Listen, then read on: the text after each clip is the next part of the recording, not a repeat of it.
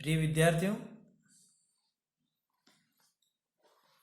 मानव एवं आर्थिक भूगोल के अंतर्गत हम आज खनिज संसाधनों पर विस्तार से चर्चा करेंगे।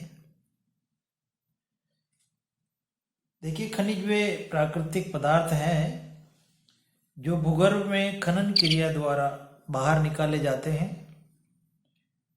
खनिज प्रमुखतया प्राकृतिक और रासायनिक पदार्थों के संयोग से निर्मित होते हैं। इनका निर्माण अजैव प्रक्रियाओं द्वारा होता है। खनिजों में धात्विक खनिज मुख्यतः धातुओं के मिश्रण के रूप में पाए जाते हैं।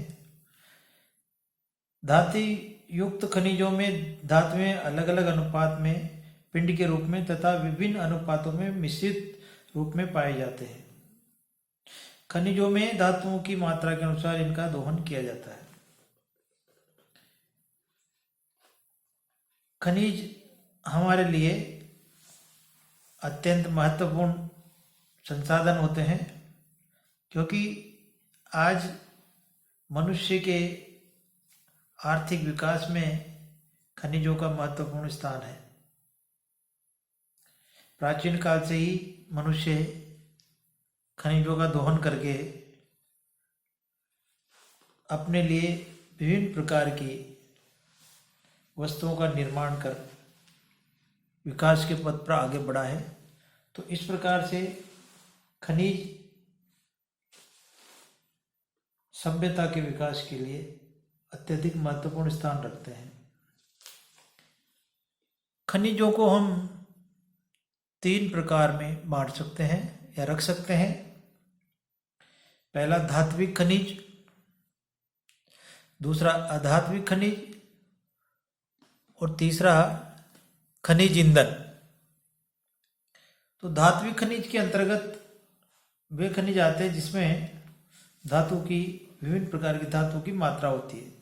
धात्विक खनिज के अंतर्गत लोहा, तांबा, जस्ता, सीसा, टीन, टंगस्टन, कोबाल्ट, एल्यूमिनियम आदि खनिजों को रखा जा सकता है।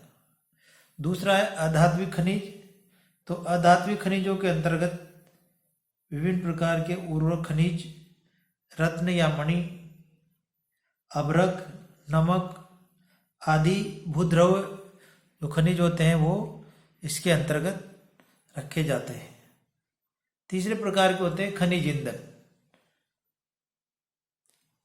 जिनमें कोयला, पेट्रोलियम, प्राकृतिक गैस व आणविक खनिज महत्वपूर्ण होते हैं। तो इस प्रकार से हम खनिजों को 3 भागों में रखते हैं: धात्विक, अधात्विक और खनिज ईंधन। अब हम लेते हैं सबसे महत्वपूर्ण खनिज को, लौह अयस्क, क्योंकि लौह अयस्क समस्त आर्थिक विकास की धुरी है।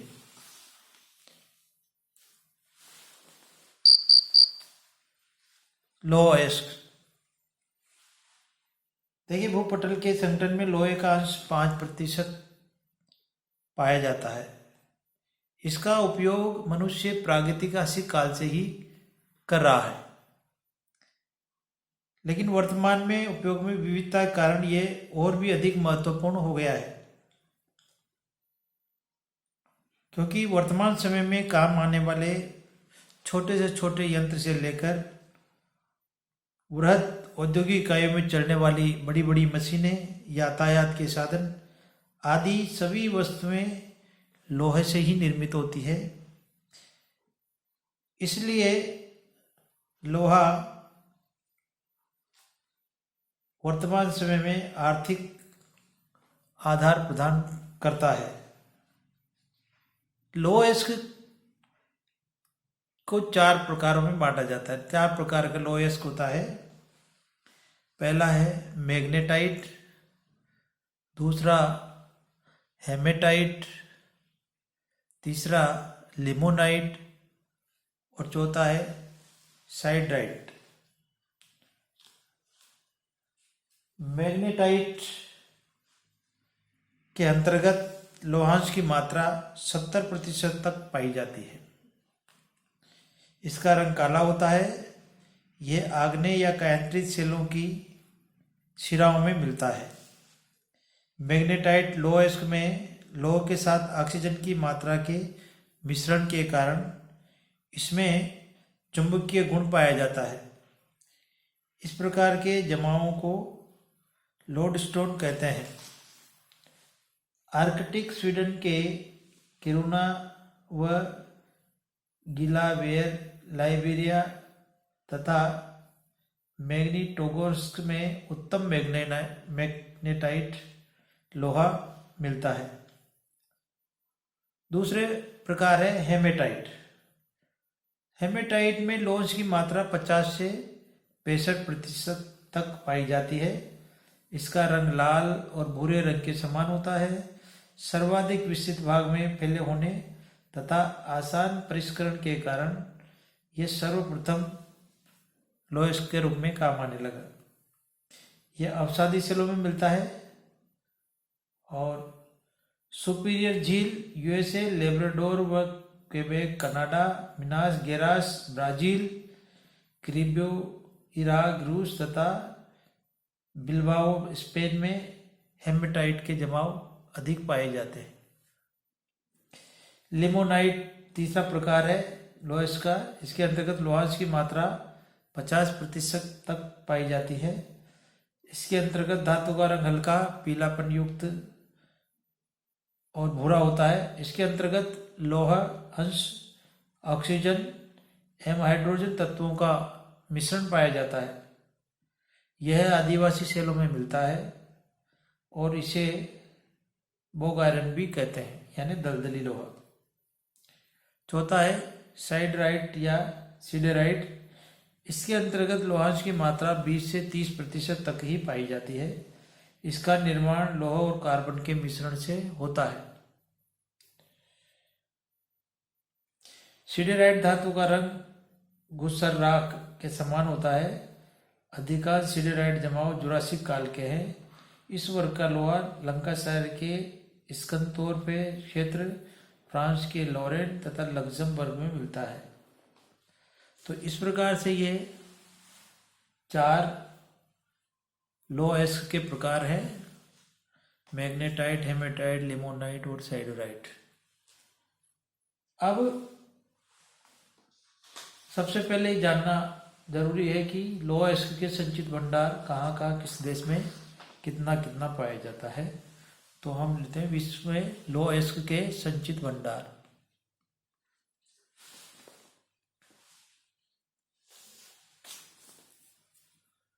इस तालिका से स्पष्ट है कि विभिन्न देशों में कितना कितना लौह अयस्क का संचित भंडार है।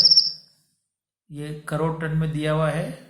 तो सबसे पहले यूक्रेन, ये जो लौह अयस्क के भंडार के आंकड़े हैं, ये उच्च और मध्यम श्रेणी के आंकड़े हैं। उच्च और मध्यम श्रेणी के लौह अयस्क के संचित भंडारों के आंकड़े। तो इस श्रेणी के लौह में यूक्रेन सबसे पहला स्थान रखता है और वहाँ 68,000 करोड़ टन लौह अयस्क के संचित भंडार है, जो विश्व का 18.9% है। ब्राजील में 16.5% विश्व का लौह संचित भंडार है।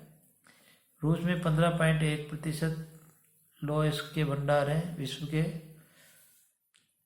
चीन 5वें नंबर पे 46,000 करोड़ टन संचित भंडार है और ये विश्व का 12.4% है। ऑस्ट्रेलिया 10.8, कजाकिस्तान 5.1, संयुक्त राज्य अमेरिका में 4.1, भारत 2.6, स्वीडन 2.1, वेनेजुएला 1.6, कनाडा में 1.1। तो इस प्रकार से विश्व में कुल 3,70,000 करोड़ टन उच्च और मध्यम श्रेणी के लौह अयस्क के भंडार है। अब हम विश्व के प्रमुख लौह अयस्क उत्पादक क्षेत्रों का अध्ययन करेंगे। तो जानते हैं सबसे पहले विश्व में कौन कौन से देश लौह अयस्क का उत्पादन करते हैं।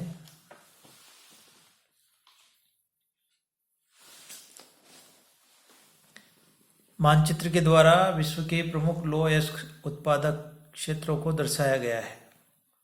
मानचित्र से स्पष्ट है कि विश्व के प्रमुख लौह अयस्क उत्पादक देश कनाडा, संयुक्त राज्य अमेरिका, उत्तरी अमेरिका के देश हैं।